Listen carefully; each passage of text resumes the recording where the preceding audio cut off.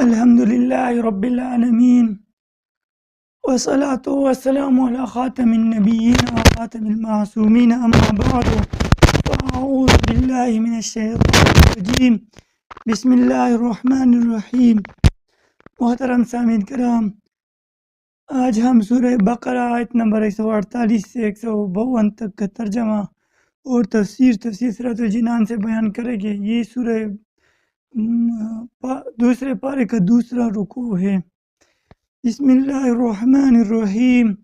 وَلِكُلِّ وِجْهَةٌ هُوَ مُوَلِّيهَا فَاسْتَبِقُوا الْخَيْرَاتِ أَيْنَمَا تَكُونُوا يَأْتِ بِكُمُ اللَّهُ جَمِيعًا إِنَّ اللَّهَ عَلَى كُلِّ شَيْءٍ قَدِيرٌ۔ اور ہر ایک کے لیے توجہ کی ایک سمت ہے، جس کی طرف وہ منہ کرتا ہے تو تم نیکیوں میں آگے نکل جاؤ۔ تم جہاں کہیں بھی ہوگے، اللہ تم سب کو اکٹھا کر لائے گا۔ بے شک اللہ ہر شے پر قدرت رکھنے والا ہے۔ وَمِنْ حَيْثُ خَرَجْتَ فَوَلِّ وَجْهَكَ شَطْرَ الْمَسْجِدِ الْحَرَامِ وَإِنَّهُ لَلْحَقُّ مِنْ رَبِّكَ وَمَا اللَّهُ بِغَافِلٍ عَمَّا تَعْمَلُونَ۔ اور اے حبیب صلی اللہ علیہ وسلم، تم جہاں سے آؤ اپنا منہ مسجد حرام کی طرف کرو، اور بے شک یہ یقیناً تمہارے رب کی طرف سے حق ہے، اور اللہ تمہارے کاموں سے غافل نہیں۔ وَمِنْ حَيْثُ خَرَجْتَ فَوَلِّ وَجْهَكَ شَطْرَ الْمَسْجِدِ الْحَرَامِ وَحَيْثُ مَا كُنْتُمْ فَوَلُّوا وُجُوهَكُمْ شَطْرَهُ لِئَلَّا يَكُونَ لِلنَّاسِ عَلَيْكُمْ حُجَّةٌ إِلَّا الَّذِينَ ظَلَمُوا مِنْهُمْ فَلَا تَخْشَوْهُمْ وَاخْشَوْنِي وَلِأُتِمَّ نِعْمَتِي عَلَيْكُمْ وَلَعَلَّكُمْ تَهْتَدُونَ۔ اور اے حبیب، تم جہاں سے آؤ اپنا منہ مسجد حرام کی طرف کرو، اور اے مسلمانوں، تم جہاں کہیں ہو اپنا منہ اسی کی طرف کرو، تاکہ لوگوں کو تم پر کوئی حجت نہ رہے مگر جو ان میں سے نا انصافی کرے، تو ان سے نہ ڈرو اور مجھ سے ڈرو، اور تاکہ میں اپنی نعمت تم پر مکمل کر دوں، اور تاکہ تم ہدایت پاؤ۔ کما ارسلنا فیکم رسولا منکم یتلو علیکم آیاتنا ویزکیکم ویعلمکم الکتاب والحکمت ویعلمکم ما لم تکونوا تعلمون۔ جیسا کہ ہم نے تمہارے درمیان تم میں سے ایک رسول بھیجا جو تم پر ہماری آیات تلاوت فرماتا ہے، اور تمہیں پاک کرتا ہے، اور تمہیں کتاب اور پختہ علم سکھاتا ہے، اور تمہیں وہ تعلیم فرماتا ہے جو تمہیں معلوم نہیں تھا۔ فَاذْكُرُونِي أَذْكُرُكُمْ وَاشْكُرُوا لِي وَلَا تَكْفُرُونَ۔ تو تم مجھے یاد کرو، میں تمہیں یاد کروں گا، اور میرا شکر ادا کرو اور میری ناشکری نہ کرو۔ تو یہ تھا سورہ بقرہ آیت نمبر 148 سے 152 تک کا ترجمہ۔ اب تفسیر سماعت کرے۔ وَلِكُلِّ وِجْهَةٌ، اور ہر ایک کے لیے توجہ کی ایک سمت ہے۔ اس آیت میں تبدیلی قبلہ کی ایک اور حکمت بیان کی گئی کہ ہر امت کے لیے ایک قبلہ مقرر کیا گیا۔ تو جب امت محمدیہ ایک امت ہے اور سب سے افضل امت ہے، تو ان کے خصوصی امتیاز کے لیے ان کا قبلہ دوسرے سے جدا گانہ بنایا گیا، اور اس میں خصوصیت یہ ہے کہ ان کا یہ قبلہ ہمیشہ کے لیے رہے گا، کبھی تبدیل نہ ہوگا۔ آیت کا اگلا حصہ فَاسْتَبِقُوا الْخَيْرَاتِ، تو نیکیوں میں آگے نکل جاؤ، یعنی قبلہ کا موضوع طے ہو گیا، لہٰذا اب صرف اسی باس میں نہ رہو بلکہ اللہ تعالیٰ کی عبادت و اطاعت اور دین کے کاموں میں ایک دوسرے سے سبقت لے جانے کی کوشش کرو۔ مقابلہ کس چیز میں کرنا چاہیے؟ یہ آیت مبارکہ میں ایک بڑی ہی پیاری بات سمجھائی گئی ہے کہ مال و دولت، عہدہ و منصب، شہرت و مقبولیت اور دنیا داری ایسی چیز نہیں کہ اس میں ایک دوسرے سے مقابلہ کیا جائے، بلکہ یہ سب تو آزمائش اور محض دنیاوی زندگی کی زینت، دھوکے کا سامان اور فنا ہونے والے کمائی ہے، جبکہ باقی رہنے والی اور مقابلے کے قابل چیز تو اللہ تعالیٰ کی عبادت، اس کی اطاعت، جنت اور اس کی رضا ہے، جس کی طرف اللہ تعالیٰ نے بار بار بلایا ہے۔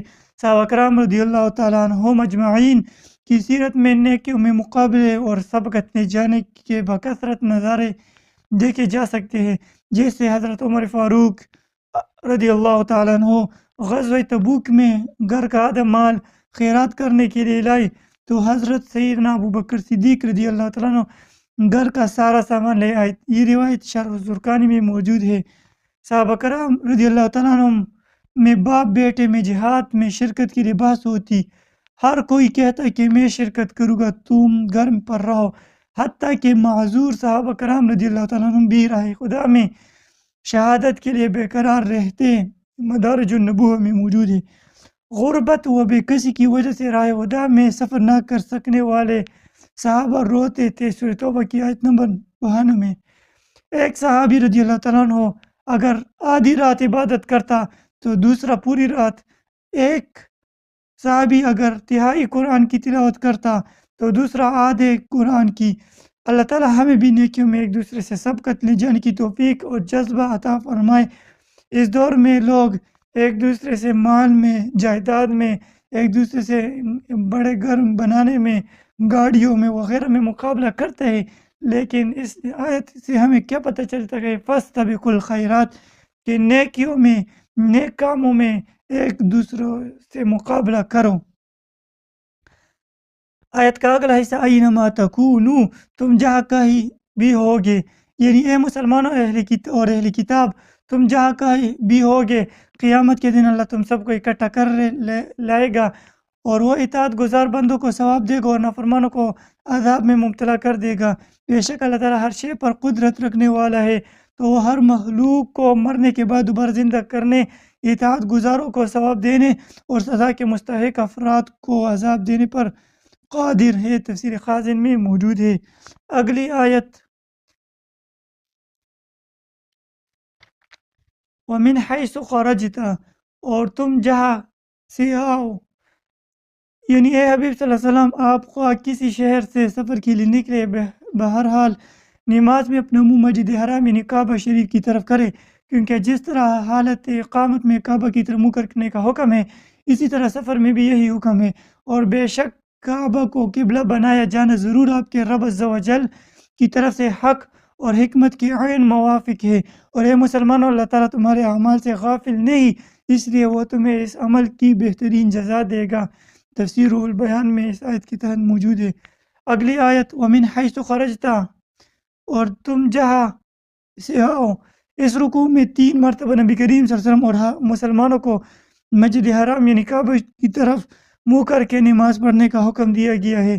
اس سے بظاہر ایسا لگتا ہے کہ یہ تکرار ہے، لیکن در حقیقت یہ تکرار نہیں، کیونکہ ہر بار کے حکم کی علت جدا ہے۔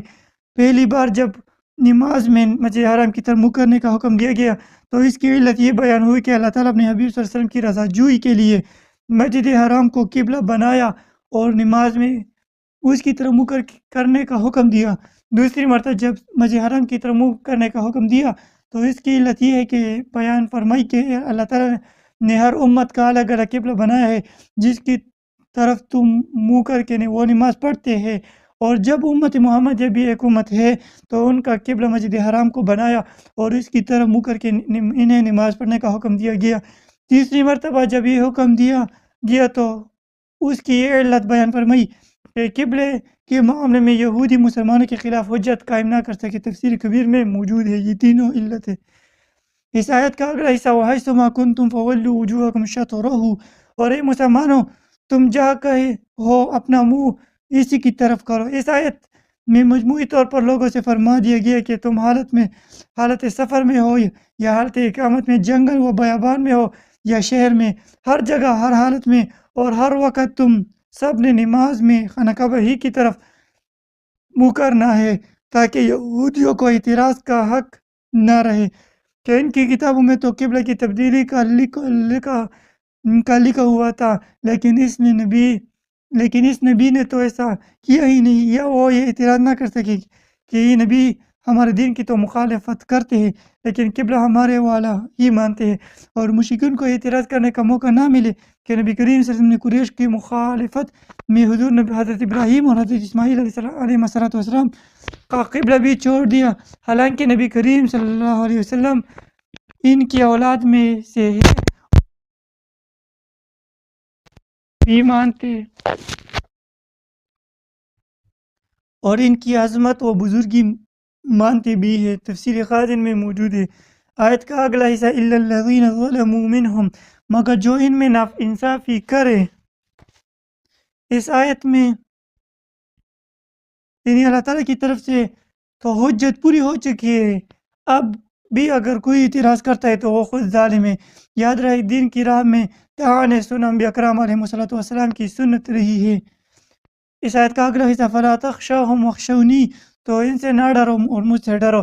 اس آیت میں مسلمانوں کو حکم دیا جا رہا ہے کہ تم کعبہ کی طرف منہ کر کے نماز پڑھنے کی وجہ سے کفار کی طرف سے ہونے والے اعتراضات سے نہ ڈرو، اور ان کے طعنے تمہیں کوئی نقصان نہیں پہنچا سکتے، اور تم میرے حکم کو پورا کرنے کے معاملے میں مجھ سے ڈرو اور میرے حکم کی مخالفت نہ کرو، اور بے شک میں تمہارا مددگار ہوں۔ تفسیر البیان میں موجود ہے۔ اللہ تعالیٰ کا عذاب ہر وقت پیش نظر رکھنا چاہیے۔ اس آیت سے یہ معلوم ہوا کہ انسان کو ہر وقت اللہ تعالیٰ کا عذاب پیش رکھنا چاہیے، اور کسی بھی کام کو کرنے یا نہ کرنے سے پہلے اس بات پر غور ضرور کر لینا چاہیے کہ یہ کام کرنے یا نہ کرنے سے اللہ تعالیٰ کی رضا حاصل ہوگی یا اس کا نتیجہ اللہ تعالیٰ کی ناراضگی کی صورت میں ظاہر ہوگا۔ مروی ہے کہ جب حضرت معاذ بن جبل رضی اللہ تعالیٰ عنہ کی وفات کا وقت قریب آیا تو آپ رضی اللہ تعالیٰ عنہ رونے لگے۔ ان سے پوچھا گیا کہ آپ کو کس چیز نے رلا دیا؟ آپ رضی اللہ تعالیٰ عنہ نے فرمایا، اللہ عز و جل کی قسم، میں نہ تو موت کی گھبراہٹ سے رو رہا ہوں اور نہ ہی دنیا سے رخصتی کے غم میں آنسو بہا رہا ہوں، بلکہ میں تو اس لیے روتا ہوں کہ میں نے نبی کریم صلی اللہ علیہ وسلم سے سنا کہ دو مٹیاں، یعنی مٹی کی جمع مٹیاں ہے، کہ دو مٹیاں ہیں، ایک جہنم میں جائے گی اور دوسری جنت میں، اور مجھے نہیں معلوم کہ میں کون سی مٹی سے ہوگا۔ یہ روایت شعب الایمان شریف میں موجود ہے۔ حضرت حسن بصری رحمہ اللہ فرماتے ہیں کہ قیامت کے دن لوگوں کا حساب آسان ہوگا جو آج دنیا میں اللہ تعالیٰ کی رضا کے لیے اپنا محاسبہ کرتے ہیں، اور اس طرح کہ انہیں جب بھی کوئی کام درپیش ہو تو پہلے اس پر غور کرتے ہیں، پھر اگر وہ کام اللہ تعالیٰ کی رضا کے لیے ہو تو اسے کر گزرتے ہیں، اور اگر اس کے برخلاف نظر آئی تو اس سے رک جاتے ہیں۔ پھر فرمایا، اور بروز قیامت ان لوگوں کا حساب کٹن ہوگا جو آج دنیا میں عمل کرتے وقت غور فکر نہیں کرتے اور کسی قسم کا محاسبہ کیے بغیر وہ کام کر ڈالتے ہیں۔ ایسے لوگ دیکھیں گے کہ اللہ تبارک و تعالیٰ نے ان کا چھوٹے سے چھوٹا عمل شمار کر رکھا ہے۔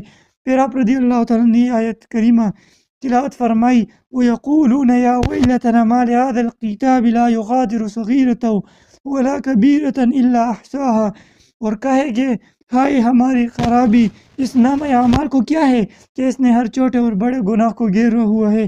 یہ آیت رکاف کی 39 نمبر آیت ہے، 49 نمبر۔ یہ اور جو واقعہ حضرت حسن رحمہ اللہ کا واقعہ بیان کیا تو یہ ضم الہوا میں موجود ہے۔ آیت کا اگلا حصہ وَلِأُتِمَّ نِعْمَتِي عَلَيْكُمْ، اور تاکہ میں تم پر اپنی نعمت پوری کروں۔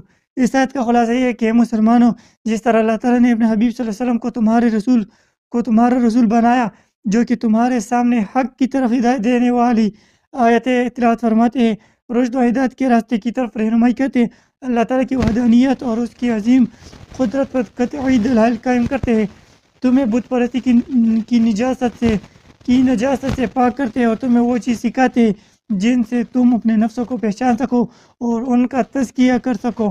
اس طرح مستقل طور پر تمہارے لیے بیت اللہ کا قبلہ بنا دیا تاکہ اللہ تعالیٰ تم پر اپنی نعمت پوری کرے۔ تفسیر منیر میں موجود ہے۔ گویا جیسے مسلمانوں کا نبی جداگانہ تھا، ایسے ہی ان کا قبلہ بھی جداگانہ ہو گیا۔ اگلی آیت، کما ارسلنا فیکم رسولا منکم،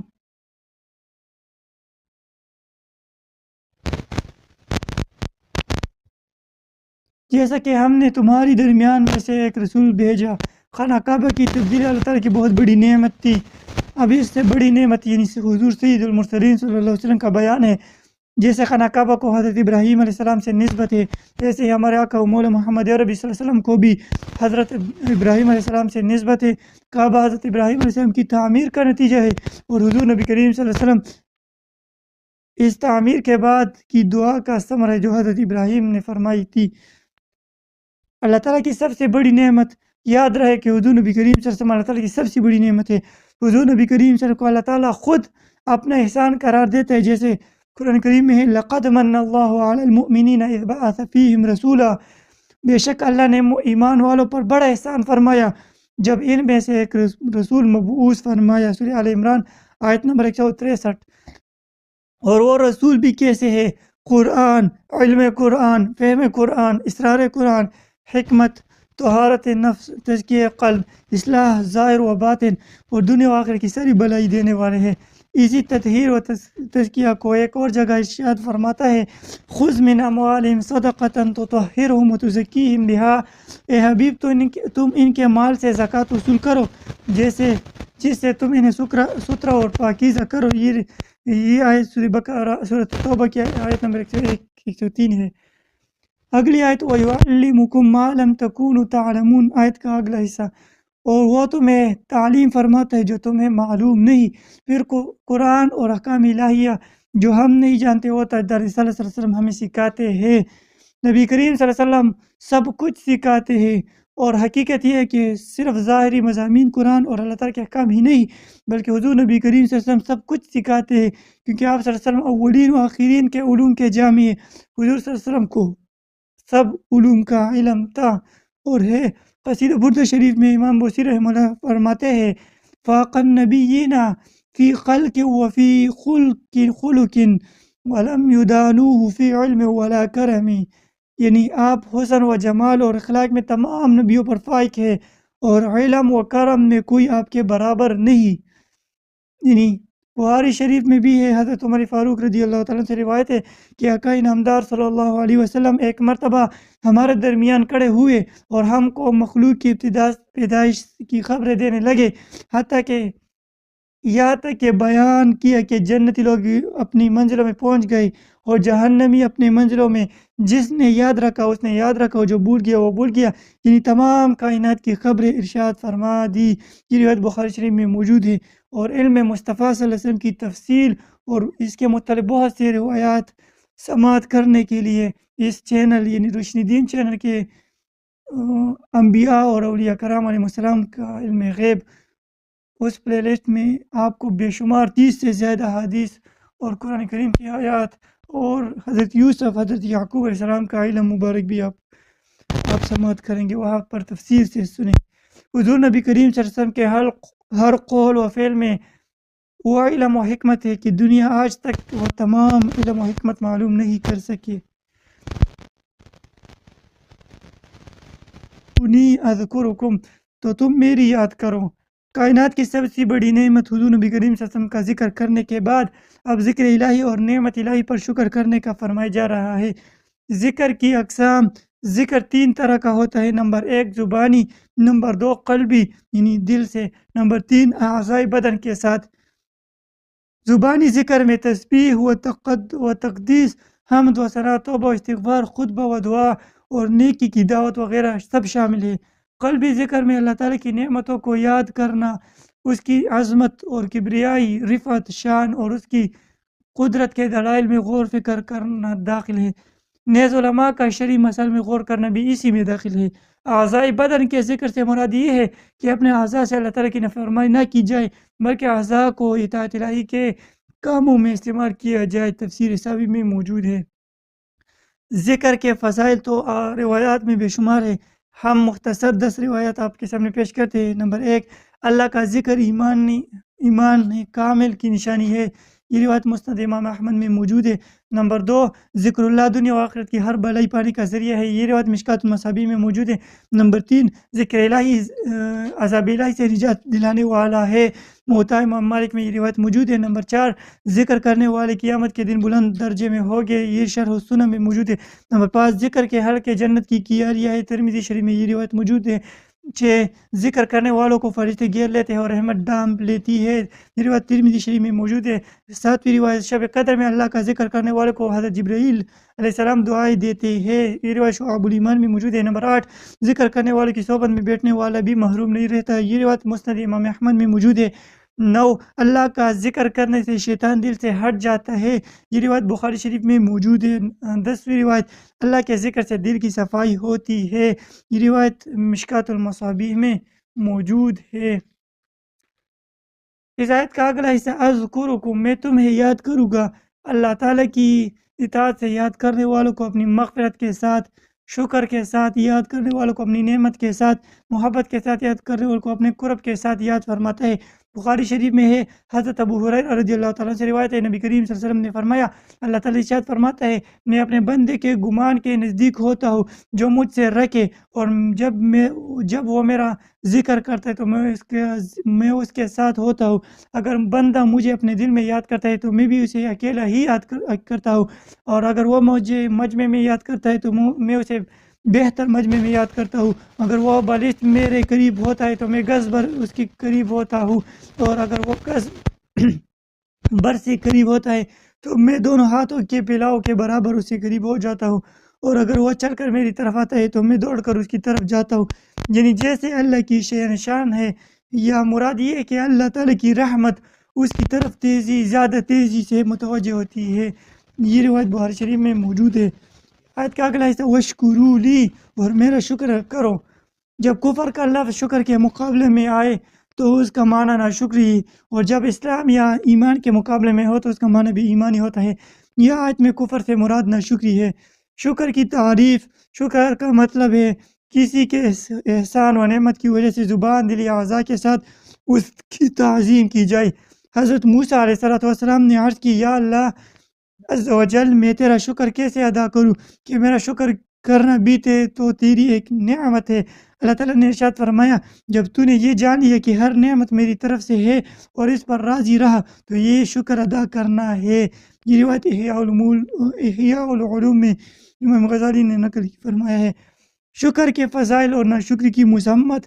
قرآن و حدیث میں شکر کے کثیر فضائل بیان کیے گئے اور ناشکری کی مذمت کی گئی ہے۔ چنانچہ اللہ تعالیٰ ارشاد فرماتا ہے، لَئِن شَكَرْتُمْ لَأَزِيدَنَّكُمْ وَلَئِن كَفَرْتُمْ إِنَّ عَذَابِي لَشَدِيدٌ۔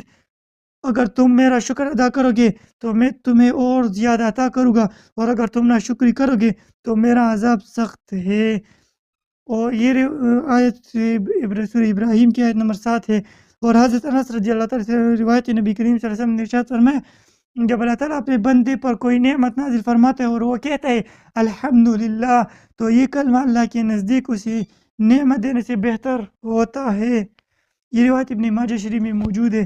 حضرت ابو ہریرہ رضی اللہ تعالیٰ عنہ سے روایت ہے، نبی کریم صلی اللہ علیہ وسلم نے ارشاد فرمایا، اللہ تعالیٰ جب کسی قوم سے بھلائی کا ارادہ فرماتا ہے تو ان کی عمر دراز کرتا ہے اور انہیں شکر کا الہام فرماتا ہے۔ یہ روایت فردوس الاخبار میں موجود ہے۔ حضرت کعب رضی اللہ تعالیٰ عنہ فرماتے ہیں، اللہ تعالیٰ دنیا میں کسی بندے پر انعام کرے، پھر وہ اس نعمت کا اللہ تعالیٰ کے لیے شکر ادا کرے اور اس نعمت کی وجہ سے اللہ تعالیٰ کے لیے تواضع کرے، تو اللہ تعالیٰ اسے دنیا میں اس نعمت سے نفع دیتا ہے اور اس کی وجہ سے اس کے آخرت میں درجات بلند فرماتا ہے۔ اور جس پر اللہ تعالیٰ نے دنیا میں انعام فرمایا اور اس نے شکر ادا نہ کیا اور اللہ تعالیٰ کے لیے اس نے تواضع نہ کی، تو اللہ تعالیٰ دنیا میں اس نعمت کا نفع اسے روک لیتا ہے اور اس کے لیے جہنم کا ایک طوق کھول دیتا ہے۔ پھر اگر اللہ تعالیٰ چاہے گا تو اسے آخرت میں عذاب دے گا یا اسے درگزر فرمائے گا۔ یہ روایت رسائل ابن ابی دنیا میں موجود ہے۔ شکر سے متعلق مزید معلومات حاصل کرنے کی سورہ ابراہیم کی آیت نمبر 7 لَئِن شَكَرْتُمْ لَأَزِيدَنَّكُمْ کی تحت تفسیر ملاحظہ فرمائیں۔ تو یہ تھا آج کی اس ویڈیو میں سورہ بقرہ آیت نمبر 148 سے 152 تک کا ترجمہ، یعنی پارہ 2 کا دوسرا رکوع۔ اللہ تعالیٰ ہمیں نیک اعمال کی توفیق عطا فرمائے، ہمیں ایک دوسرے سے نیک اعمال میں سبقت لینے کی، یعنی ایک دوسرے سے مقابلہ کرنے کی توفیق عطا فرمائے۔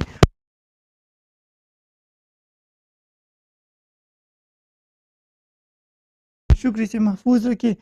تو ملتے ہیں اگلی ویڈیو میں، تب تک کے لیے السلام علیکم ورحمۃ اللہ۔